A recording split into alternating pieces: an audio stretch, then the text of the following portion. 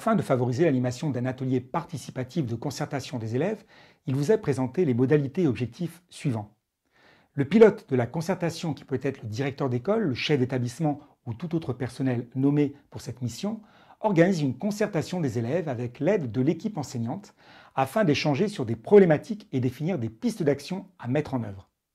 Le prérequis pour conduire cet atelier est de définir une problématique identifiée et choisie en amont de cet atelier pour chacun des groupes.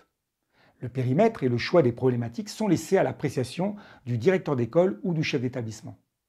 Les suggestions pour définir le périmètre de cet atelier sont qu'avant l'atelier, il est possible de réunir tout ou partie de l'équipe éducative pour déterminer les problématiques à discuter avec les élèves.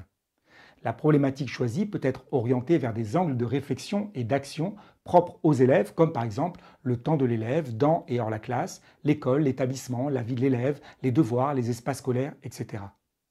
Cet atelier participatif est conçu pour des groupes de 30 participants type groupe classe. Il nécessite de rédiger pendant l'activité et est donc particulièrement adapté à des élèves de cycle 3, collège et lycée. Cet atelier peut également être utilisé avec des adultes uniquement, comme l'équipe éducative par exemple. Pour animer l'atelier, chaque groupe est accompagné par un animateur, qu'il soit enseignant ou autre membre de l'équipe éducative. L'atelier, comportant des phases d'activité en sous-groupe de 5 participants, il peut être utile de prévoir plusieurs animateurs, qu'il s'agisse d'adultes ou d'élèves plus âgés, avec les élèves plus jeunes. Le directeur ou chef d'établissement décide de la modalité d'organisation de l'atelier participatif qui peut par exemple se dérouler en simultané le même jour, par sous-groupe avec un groupe dans chaque salle accompagné par un enseignant, ou encore en mélangeant les classes d'un même niveau ou de plusieurs niveaux. Cela peut aussi se faire sur une période dédiée avec un temps déterminé dans l'emploi du temps de chaque classe sur une période définie, par exemple le temps avec le professeur principal.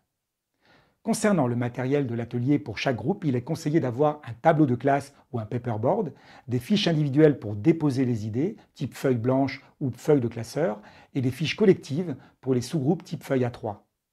Pour la préparation des espaces, une salle est à prévoir pour chacun des groupes de 30 participants avec le matériel nécessaire et une grande salle pour rassembler si possible le groupe en plénière éventuellement.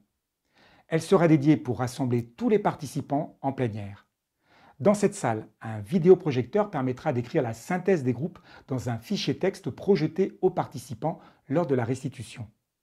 La salle de mise en activité pour chaque groupe doit comporter des tables regroupées en îlots de 4 à 5 places, des chaises pour les participants, un vidéoprojecteur ainsi qu'un espace pour échanger debout en binôme.